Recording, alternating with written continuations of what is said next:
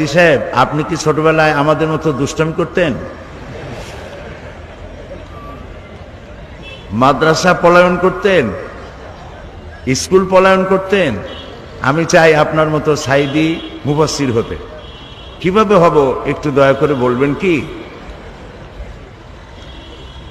ছোটদের প্রশ্ন যেমন হওয়া উচিত।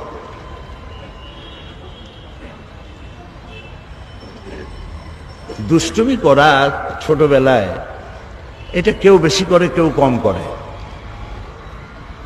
তো ছোটবেলায় কি ধরনের দুষ্টুমি করতাম তা তো আর আজ মনে নাই।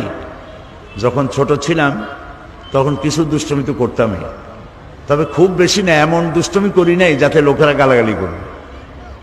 একটা দুষ্টুমির কথা মনে পড়তেছে এখন। শর্ষিরা মাদ্রাসায় সবে ভর্তি হয়েছি, ছোট আমি তখন। তো সেখানে তখন ছাত্র ছিল প্রায় 450-500-র মতো।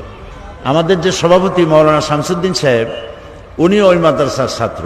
আমরা একসঙ্গে লেখাপড়া করেছি, উনি আমার সিনিয়র ছিলেন।